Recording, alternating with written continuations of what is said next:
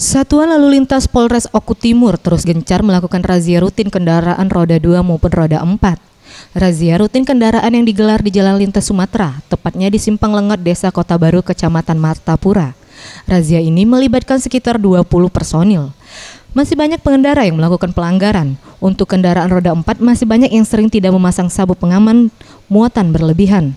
Sedangkan roda 2 masih tidak menggunakan helm, spion, surat menyurat, dan pelanggaran lainnya.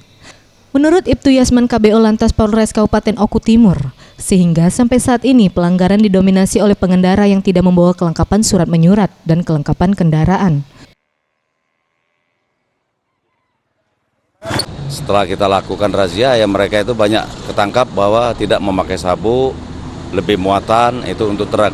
Tapi untuk sepeda motor yang sering kita temukan bahwa masyarakat masih belum membawa SIM, kelengkapan. Nah, kemudian untuk di sepeda motor itu sendiri kadang-kadang kebanyakan digerempang, bodong. Imam Tasrul, Sriwijaya TV.